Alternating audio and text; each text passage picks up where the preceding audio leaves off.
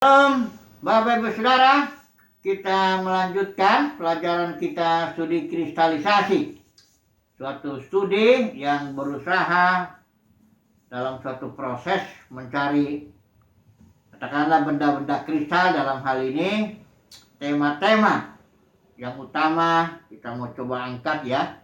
Nanti kesimpulan daripada studi ini kita akan ambil 2 atau 3 tema utama ya dari satu kitab. Jadi studi kristalisasi ini kita tidak mengambil ini di Injil Lukas, berarti kita hanya mengambil dari Injil ini aja ya.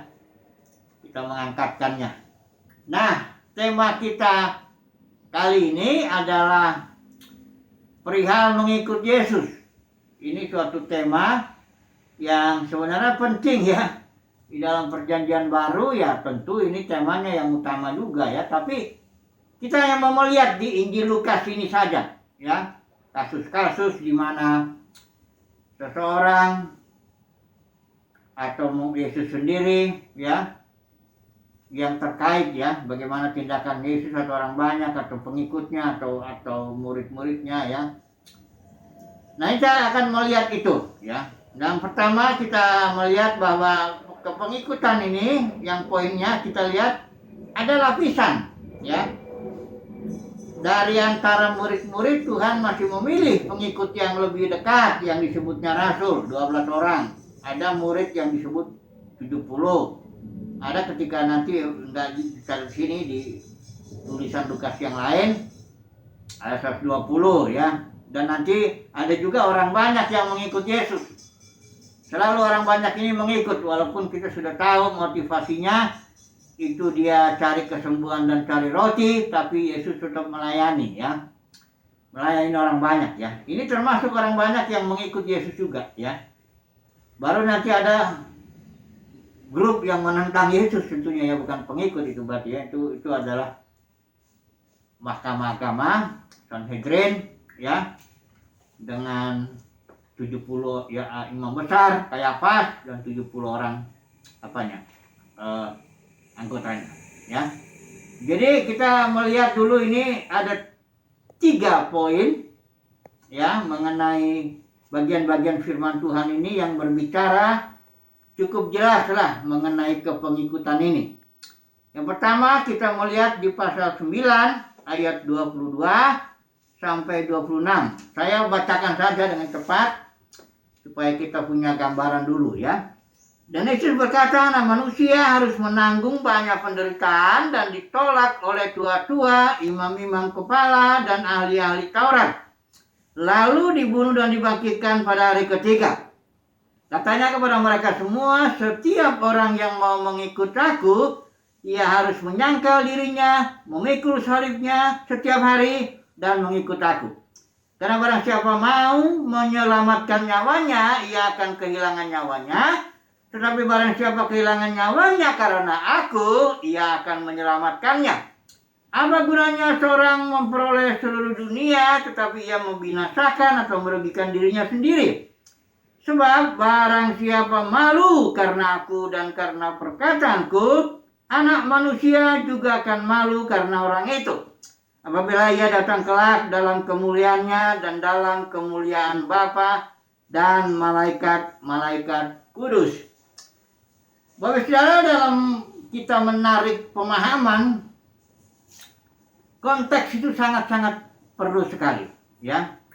Jadi ini bagian kita tahu Lukas itu dibagi 3. Cerita tentang Yesus itu pelayanannya di Galilea, terus pelayanan Yesus ketika dia sudah siap mau menggenapi, dia mau naik ke surga, dia digenapinya di Yerusalem, dia arahkan itu ya mulai dari pasal 9 ini ya. Di bagian kita ini sebenarnya ini Yesus sudah siap mau ke Yerusalem untuk menggenapi, karena dia harus diangkat ke surga, duduk sebelah kanan Bapa, baru Roh Kudus turun. Nah di sini konteks yang kita baca ini tadi pasal 9 22 sampai 26. Sebelumnya itu sudah ada di situ Yesus bertanya kepada muridnya. Kata orang banyak, siapa aku? Sebenarnya Yesus mau bertanya tentang muridnya ini ya. Menurut kamu siapa aku katanya. Nah barulah di situ murid itu mengaku, ini Petrus ya, dia bilang Mesias dari Allah, ini yang tertulis di sini. Ya, nah pada waktu pengakuan itu sudah Mesias, nah karena banyak orang Yahudi punya konsep Mesias itu karena dia anak Daud, ya tentu memiliki kemuliaan seperti Daud, ya. Tidak harus mati, bangkit begitu ya. Ternyata di sinilah Yesus baru mulai. Anak manusia atau Mesias yang diakui oleh para murid itu harus menanggung banyak penderitaan dan ditolak oleh tua-tua, imam kepala, ahli Taurat, atau dengan kata lain oleh Sanhedrin itu, mahkamah agama yang memimpin bangsa Yahudi pada waktu itu. Jadi konteksnya Yesus mau katakan bahwa Mesias menderita di depan mahkamah agama itu, dunia keagamaan pada zaman itu. Dan barulah dia katakan, siapa yang mau ikut aku? Nah di sini baru dikatakan, menyangkal diri, pikul salib, mengikut aku. Dan ada kalimat juga, siapa yang malu karena aku dan karena perkataanku, anak manusia juga akan malu. Ini saudara kalau kita nggak lihat konteksnya agak bingung juga. Apa hubungannya nih? Malu itu artinya malu di depan mahkamah, di depan dunia keagamaan. Ya, saudaraku, kita mulai dulu bicara dulu dunia keagamaan ini, karena ini dalam pengakuan iman kita juga kredo-kredo itu nggak jelas ini. Yesus itu menderita, dibilang di situ Yesus menderita di bawah pemerintahan Pontius Pilatus, mati dibangkitkan dan sebagainya, nggak dijelaskan. Padahal di Injil ini berkali-kali Yesus bilang aku harus menderita oleh tangan. Di sini bukan di ayat kita ini. Harus menanggung banyak penderitaan oleh siapa? Tua-tua, imam kepala. Ya. Pilatus itu kan hanya alat saja. Jadi harus jelas bahwa Yesus menderita di tangan dunia keagamaan di zamannya. Dan bagi setiap orang di zaman-zaman berikut yang mau ikut Tuhan Yesus, nah di sini bilang jangan malu. Karena Yesus dan perkataannya, ya. Di hadapan siapa jangan malunya? Di hadapan dunia keagamaan setiap zamannya itu. Karena kita tahu ya bahwa kekristenan telah jatuh, gereja pun telah jatuh. Udah jelas itu di Kisah Para Rasul, Paulus pun bilang, dari antara kamu akan ada beberapa orang dengan ajaran palsu berusaha tarik murid-murid, lahirlah itu denominasi yang ribuan itu. Udah gitu Rasul Yohanes bilang ada pengajaran di Jebel yang mencuri otoritas, pemimpin mencuri otoritas Tuhan, karena ini Jebel itu begitu, mencuri otoritas suaminya, mengambil cap itu waktu itu kasus Nabot gitu ya. Udah gitu kedua ada pengajaran juga Bileam ya, kang dagang gitu, mau ambil keuntungan kayak di sini, baik itu juga dagang juga. Kemudian pengajaran Nikolaus yang memasukkan hierarki ke dalam gereja. Padahal Yesus sudah bilang, pemerintahan bangsa-bangsa ini memerintah menjalankan otoritas, tapi di antara kamu jangan. Jadi dunia kekristenan saat inilah dulu kita bicara, itu sama kejatuhannya, prinsipnya sama. Jebel, Nikolaus, Bileam, ya. Jadi Yesus bicara penyangkalan diri ini, artinya dia bilang harus menyangkal diri, memikul salib, mengikut aku dalam konteks di depan mahkamah agama atau dunia keagamaan di zaman kita ini saat ini. Kita harus mikul salib, ini enggak sembarangan, lihat konteksnya. Makanya Yesus katakan, barang siapa malu karena aku dan karena perkataanku, karena begini Bapak Saudara. Kita harus buka dulu ini segala sesuatunya ini. Dunia kekristenan saat ini karena udah jatuh karena Jebel, Nikolaus, Bileam, maka firman Tuhan yang masuk haruslah yang menyenangkan telinga. Mengapa demikian saya bilang? Karena kalau ada orang bicara pun mikul salib kalau ngikut Yesus harus begini, itu nggak masuk. Kalau dunia kekristenan secara umum ini ya, kalau bilang mengikut Yesus harus ngomong sukses, harus ngomong sembuh, harus ngomong juga nggak banyak masalah, harus banyak pokoknya yang enak kedengaran di telinga itu. Kalau bilang mengikut Yesus itu nanti menderita ya itu nggak cocok, ya. Dunia kekristenan nggak bisa terima firman itu. Dan siapa yang malu bicara tentang mengikut mikul salib ini di depan dunia kekristenan maksudnya ya, karena mau menyelamatkan nyawa, mau menyelamatkan muka, mau cari keuntungan. Ada banyak orang mengambil keuntungan dari dunia keagamaan yang udah jatuh ini, yang jatuh ini. Apa keuntungannya? Yang pertama uang, ya. Para pengkhotbah ya tentu mengambil keuntungan dengan itu. Yang kedua keuntungannya apa? Kemuliaan manusia. Makanya di sini ada juga orang-orang yang ikut Tuhan. Bukan ikut Tuhan. Ya betul-betul ikut Tuhan. Yusuf Arimatia, dia ikut Tuhannya sembunyi-sembunyi kalau menurut Rasul Yohanes. Karena takut dia. Ya. Tapi Yesus bilang ini tegas. Barang siapa yang malu karena aku dan karena perkataanku di depan dunia keagamaan di zamannya itu, anak manusia katanya juga di sini akan malu. Ya, karena orang itu apabila ia datang kelak dalam kemuliaannya dan dalam kemuliaan Bapa. Bapak Ibu Saudara, ya. Apa artinya mikul salib di sini? Mikul salib di sini, perikop ini artinya sesuai konteks. Jangan malu menyampaikan firman Tuhan bahwa ikut Yesus harus mikul salib.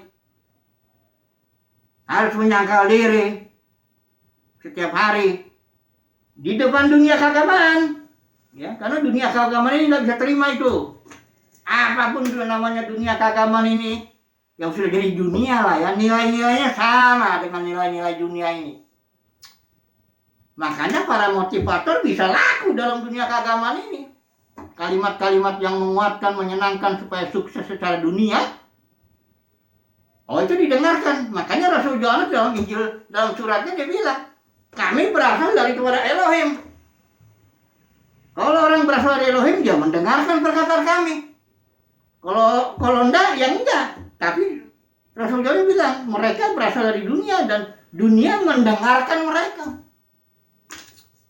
Jadi Bapak Saudara ini perkara serius. Kalau kita memang benar mau mengikut Yesus dalam konteks dunia keagamaan ini ya, saudara dan saya harus berani menyampaikan dan jangan malu karena firman Tuhan.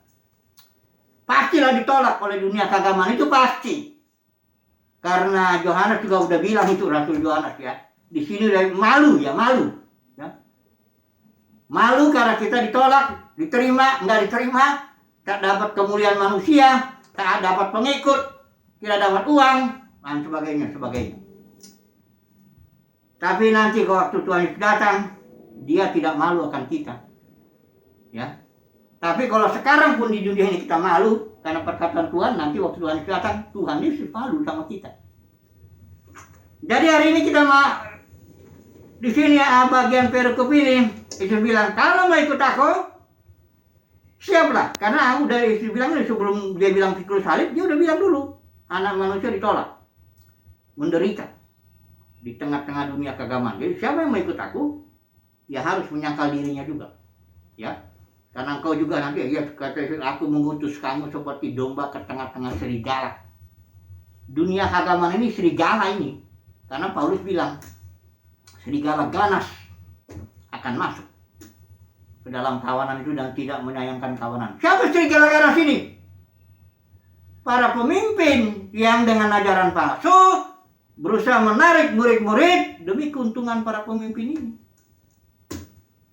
Itu serigala ganas. Dalam Kisah Rasul 20 itu jelas itu. Ya. Aku mengutus kamu seperti domba ke tengah-tengah serigala. Siapa yang malu karena perkataanku, aku pun akan malu juga, kata Tuhan Yesus. Semoga saudara dan saya tidak malu menyampaikan firman Tuhan. Kalau ditolak gak apa-apalah. Ingat loh, kita sedang mengikuti seseorang yang ditolak oleh, bahkan bukan hanya ditolak, dibunuh oleh dunia keagamaan di zamannya. Ingat itu. Ya, jangan lupa. Kita bukan sedang mengikuti konglomerat ya. Kalau ngikutin konglomerat ya pastilah kita mirip-mirip lah dengan konglomerat kan gitu. Seorang murid kata Tuhan gak lebih dari gurunya. Kalau gurunya ditolak, ya mestinya muridnya ditolak juga. Kalau ada muridnya disanjung-sanjung oleh dunia keagamaan, nah itu kagak aneh juga. Ya. Jadi kalau saudara dan saya menyampaikan firman Tuhan apa adanya, ya pastilah ditolak oleh dunia keagamaan, sama seperti Yesus. Gak apa-apa. Justru itu membuktikan kita ini murid Tuhan Yesus. Ya, makanya ada juga upahnya dibilang, kalau kamu karena kamu ditolak, dibilang jahat lah, diomong-ngomongin lah begini, berbahagialah kamu, upahmu besar di sorga nanti ketika Tuhan datang itu. Inilah dia ya bagian perikop ini. Jangan ditafsirkan di luar konteks, jangan. Ya, ini konteksnya jelas antara pengikut Tuhan dan dunia keagamaan di zamannya itu. Ini satu. Yang kedua, ya kita lihat di Lukas 9 ayat 57 sampai 62 ya. Ini saya baca aja dulu dengan cepat ya. Ini bagian ini, konteksnya ini Yesus sudah berjalan dari Galilea mau menuju ke Yerusalem, mau mati di sana. Ini saya baca dulu. Ketika Yesus dan murid-muridnya melanjutkan perjalanan mereka, berkata seorang di tengah jalan pada Yesus, "Aku akan mengikut engkau kemana saja engkau pergi." Yesus berkata kepadanya, "Serigala mempunyai liang dan burung mempunyai sarang, tetapi anak manusia tidak mempunyai tempat untuk meletakkan kepalanya." Ini pertama. Yang kedua ada lagi orang bilang, kasusnya ya, Yesus berkata kepada orang lain, "Ikutlah aku." Tetapi orang itu berkata, "Izinkanlah aku pergi dahulu menguburkan Bapakku." Tetapi Yesus berkata, "Biarlah orang mati menguburkan orang mati. Tetapi engkau pergilah dan beritakanlah kerajaan Allah di mana-mana." Ini kasus kedua. Kasus ketiga. Dan seorang lain lagi berkata, "Aku akan mengikut engkau Tuhan, tetapi izinkanlah aku pamitan dahulu dengan keluargaku."